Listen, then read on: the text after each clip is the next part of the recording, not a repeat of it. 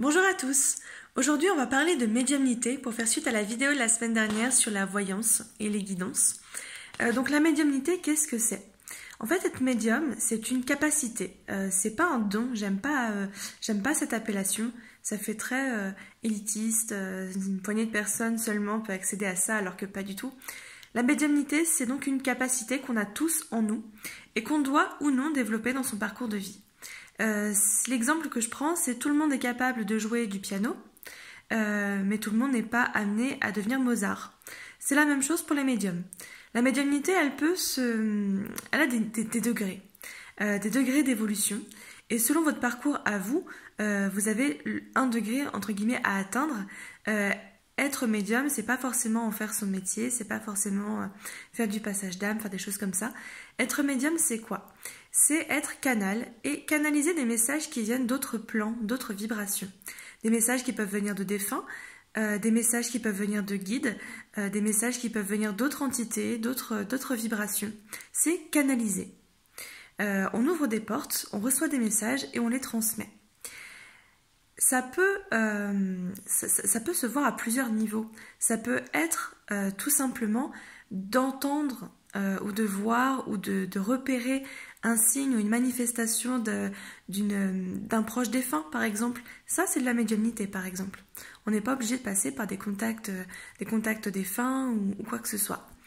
Donc, comment ça se manifeste concrètement? Qu'est-ce qu'être médium, finalement, au quotidien? Il y a plusieurs types de médiumnité qu'on peut cumuler ou pas selon les personnes. Il y a des personnes qui vont pouvoir, c'est ce qu'on appelle la clairvoyance, voir les défunts. Pour ma part, je peux les voir quand ils le décident, comme je vous vois vous. Alors, de manière un peu plus floutée, je fais bien la distinction entre un vivant et un défunt, mais je vois vraiment leurs traits, je vois leurs vêtements, je vois, voilà, on peut les voir comme ça. Ou par moments, c'est juste une manifestation énergétique. Voir un petit peu comme une petite spirale toute floue dans un coin de la maison, qui bouge, qui nous suit, ou au contraire qui ne bouge pas et qui grossit de plus en plus parce que l'entité stagne en fait dans ce lieu. Ça peut aussi prendre cette manifestation énergétique. Certaines personnes peuvent également développer de la clairaudience, c'est-à-dire entendre. On peut entendre distinctement des voix, quelqu'un qui nous parle vraiment. Pour ma part, quand ça arrive, j'ai vraiment l'impression que quelqu'un colle sa bouche à mon oreille et parle. C'est pas violent au niveau du son, mais c'est comme si ça résonnait énormément. C'est très bizarre et en plus on s'y attend pas parce qu'on ne voit pas entre guillemets de personnes à ce moment-là et d'un coup on vient nous envoyer un message comme ça. C'est assez perturbant, mais ça peut se manifester comme ça. On peut également entendre les manifestations des défunts quand ils sont présents dans des lieux et qu'ils ont besoin de communiquer, par des coups sur la porte, par le fait qu'ils puissent ouvrir des robinets, par le fait qu'ils puissent... on peut entendre des chants aussi, ça arrive. Voilà, on entend des choses. La médiumnité, ça peut se manifester par le corps aussi, par les ressentis physiques et émotionnels. Je vais regrouper les deux. Par exemple, quand j'ai des entités qui stagnent dans la maison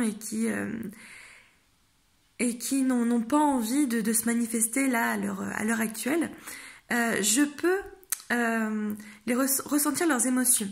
Alors généralement, les entités qui stagnent sont des entités qui ressentent encore de la douleur, qui ressentent encore des émotions.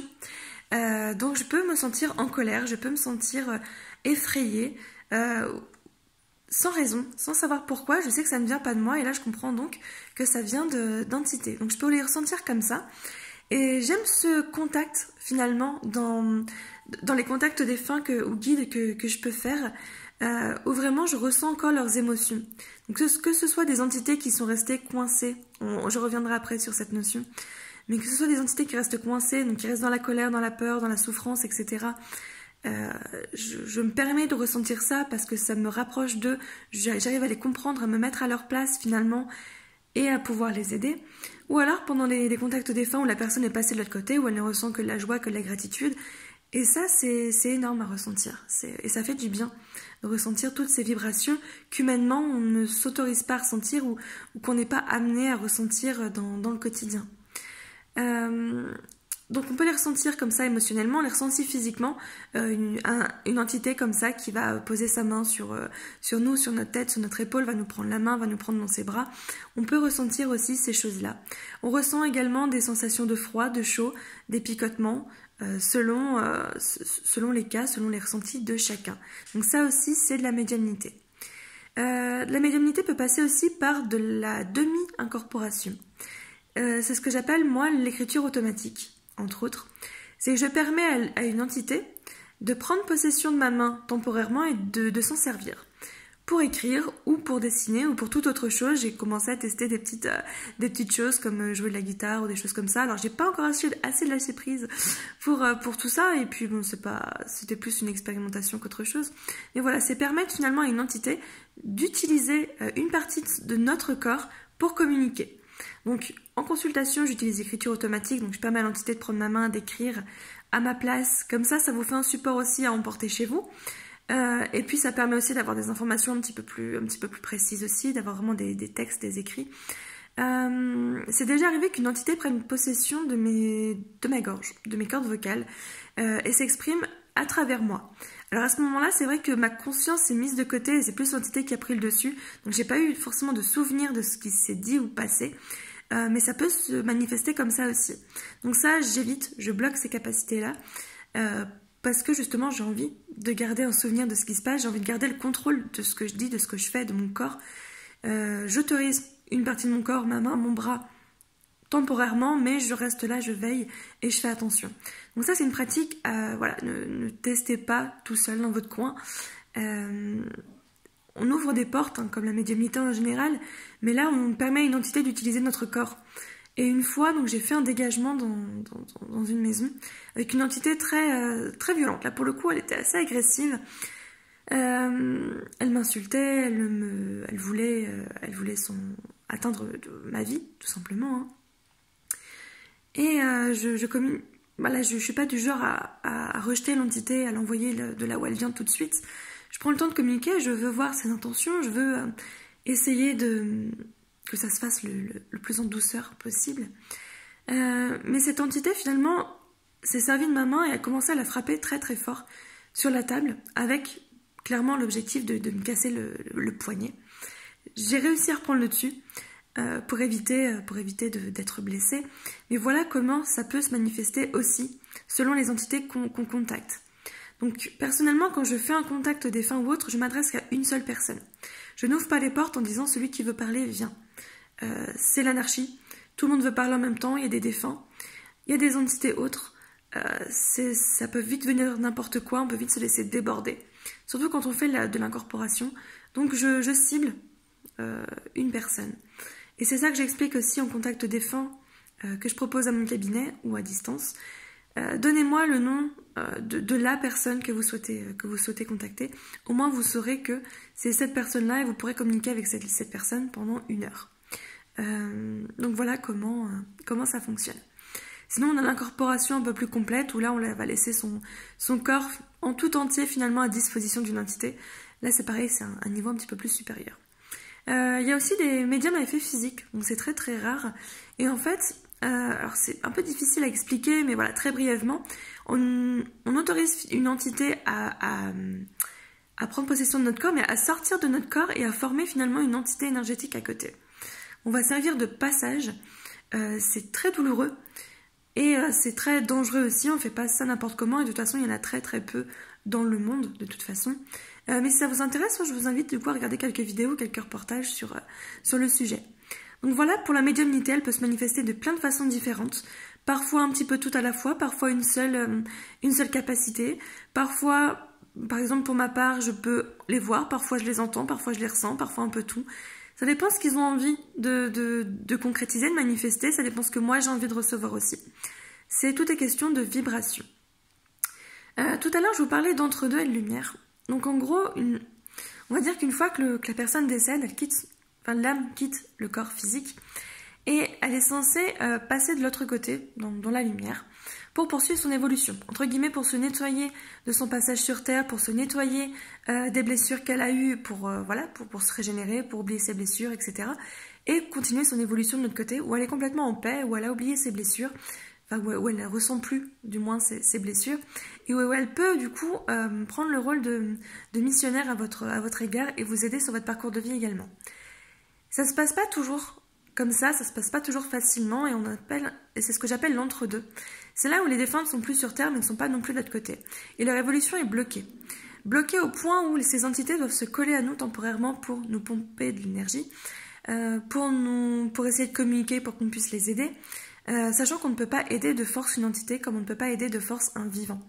Je fais du passage d'âme. Donc le passage d'âme, c'est être médium et avoir cette capacité de passer les âmes, qu'elles soient vivantes ou défuntes. Ça, je ferai une vidéo vraiment précise sur le sujet. On ne force pas une âme à passer. Donc parfois, j'ai juste ce rôle de les apaiser énergétiquement, de leur parler, d'être leur magnétiseuse, leur psy, leur ami, pourquoi pas, sans pouvoir faire plus à l'heure actuelle. Ou alors on les aide à passer de l'autre côté en résolvant leurs problématiques. Et c'est comme ça que ça fonctionne. C'est un statut temporaire, hein. Les entités peuvent rester peut-être quelques heures, quelques jours, voire mais quelques mois, quelques années aussi. J'ai eu une personne qui pensait que son papa était passé et en fait 20 ans après il était encore bloqué. Donc on a fait le passage d'âme, on a senti vraiment cette libération et même la personne en face de moi l'a ressenti et dans son quotidien ça a beaucoup changé de choses aussi.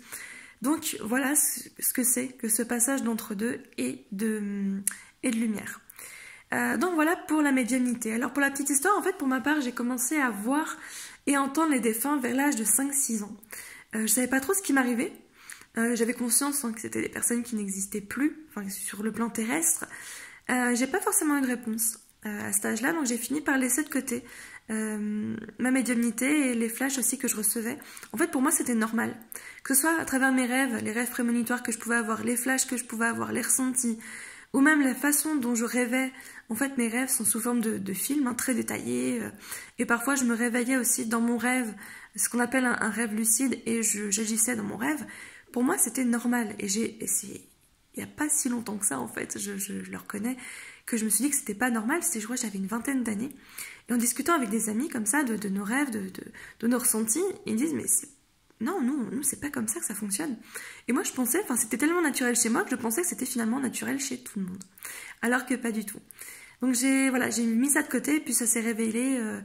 oui, je vous dis à la vingtaine, où finalement j'ai commencé à fréquenter un petit peu ce milieu ésotérique et où on m'a mis sous le nez mes capacités, on m'a dit tu es capable de faire de la voyance, tu es médium. Je me suis dit oui, bien sûr. Et en fait si, j'ai appris du coup ce qu'était vraiment la médiumnité, ce qu'était vraiment la voyance, comment ça fonctionnait, et du coup maintenant je peux aussi faire un retour d'expérience. Mais c'est une capacité que vous avez tous, que vous pouvez du coup développer à votre niveau et selon votre chemin de vie. On n'est pas tous nés incarnés dans cette vie pour faire de la médiumnité au même niveau, de la même façon. Chacun a sa façon. Moi, dans mes consultations, je fonctionne comme ça. D'autres fonctionnent autrement. Chacun vraiment ses méthodes. C'est pour ça que je vous parle de la mienne, parce que je suis la mieux placée. Mais chacun vraiment ses méthodes. Il n'y a pas de bonne ou mauvaise façon de faire. À partir du moment où ça se fait dans le respect des entités et où ça se fait en sécurité. On n'insulte pas les entités, on ne les agresse pas. C'est déjà arrivé en consultation, hein, en disant oui, prouve-moi qui tu es, mais de façon très très agressive. Et l'entité s'est barrée. Je l'ai rattrapée pour qu'elle puisse continuer la consultation, mais en gros elle me dit non, mais moi je continue pas comme ça. Elle ressentait du coup toute cette agressivité et elle se dit non, moi j'ai passé ce stade-là. Je suis là pour apporter des messages, pour apporter mon savoir et mes conseils et tout ça. Je suis pas là pour me faire agresser. Donc c'est très important de garder ce respect. On leur parle vraiment comme à des amis, comme à une personne qu'on respecterait très profondément. On les remercie, on est vraiment dans la gratitude de ce qu'ils nous apportent, même si ce qu'ils nous apportent sur le coup, c'est pas ce qu'on attendait, mais il y a toujours une raison à tout. Donc voilà, et en toute sécurité, c'est-à-dire ne faites pas n'importe quoi avec votre médiumnité, ne testez pas des choses d'écriture automatique ou de Ouija ou de pendule sans surveillance, parce que oui, on peut communiquer avec les entités par le pendule, par le Ouija. Donc très brièvement, le Ouija à la base était un jeu, vraiment, c'était un jeu de société. Et c'est une médium américaine qui s'est rendu compte qu'on pouvait se servir de ce jeu-là pour réellement communiquer avec les esprits. Mais de base, c'était un jeu. Sauf que ce jeu est effectivement très accessible à tout le monde. Il suffit de poser sa main sur la goutte, de laisser passer finalement les informations et ça marche très très bien. Et je l'ai utilisé aussi moi-même, mais en toute conscience et en toute sécurité bien sûr, sans faire n'importe quoi. Effectivement, c'est tellement facile qu'on ouvre les portes à tout le monde, à tout et n'importe quoi. Et là, voilà, ne faites pas ça si vous ne savez pas gérer de l'autre côté, si vous ne savez pas reconnaître à qui vous avez affaire, etc. Mais effectivement, voilà, c'est aussi d'autres moyens de faire de la médiumnité. J'ai eu l'occasion d'en faire par boule de cristal aussi. Alors là-bas, c'était plus pour avoir des ressentis, des choses comme ça. Mais juste avant, j'avais fait un contact défunt, j'avais pas forcément fermé les portes. Et j'ai pu voir le défunt en personne dans cette boule de cristal. C'était très particulier et très très sympa comme expérience. Donc voilà, je pense avoir fait le tour un petit peu de la médiumnité, de comment elle se manifestait. Je vous invite à me faire peut-être retour de vos expériences à vous, comment ça se manifeste chez vous, voilà, quelles sont vos expériences par rapport à tout ça, qu'est-ce que vous aimeriez aussi pouvoir développer, voilà, faites-moi part un petit peu de vos témoignages. C'est intéressant aussi d'échanger à ce niveau-là. Et donc voilà pour qu'est-ce qu'un médium. On pense qu'être médium aussi, c'est une partie de plaisir tout le temps. Oui, bien sûr, je suis reconnaissante hein, de ces capacités-là. Par contre, il y a aussi des inconvénients, si je peux dire ça comme ça. On a intérêt de se protéger. Au début, c'est tout beau, tout rose, on ouvre les portes et arrive un moment où on est dépassé. Où les entités nous sollicitent 24 heures sur 24. On ne peut plus vivre correctement dans la journée, on ne peut même plus dormir. On est sollicité tout le temps par des entités bénéfiques, des entités très positives ou d'autres qui ont vraiment besoin d'aide et qui sont dans un état très complexe. Ça nécessite d'être bien soi-même, d'être disponible. C'est pour ça que par moment on a besoin de décaler les consultations, les rendez-vous, parce que c'est pas un travail mécanique qu'on fait. C'est pas entre guillemets je m'assois derrière mon écran et je peux faire mon travail même si je suis malade. On doit être bien émotionnellement, physiquement, à tous les niveaux, parce que on doit lâcher prise, on doit laisser une partie de nous-mêmes de côté pour canaliser les choses.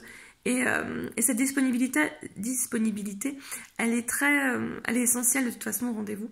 Donc, vaut mieux décaler un rendez-vous ou vaut mieux, hors consultation par exemple, dire non, là je suis pas capable de, plutôt que de faire n'importe quoi et de se mettre en danger. Ça nous puise aussi beaucoup d'énergie, on peut faire de l'ancrage, on peut faire tout ce qu'on veut. Ça nous prend aussi physiquement, ça nous prend émotionnellement. Ça peut être très lourd à porter, à vivre aussi.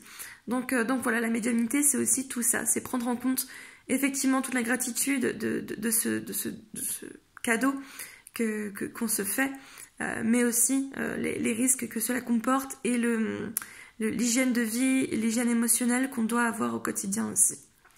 Donc voilà pour ce petit retour d'expérience sur la médiumnité. S'il y a d'autres questions, n'hésitez pas, je pourrais faire d'autres vidéos en complément.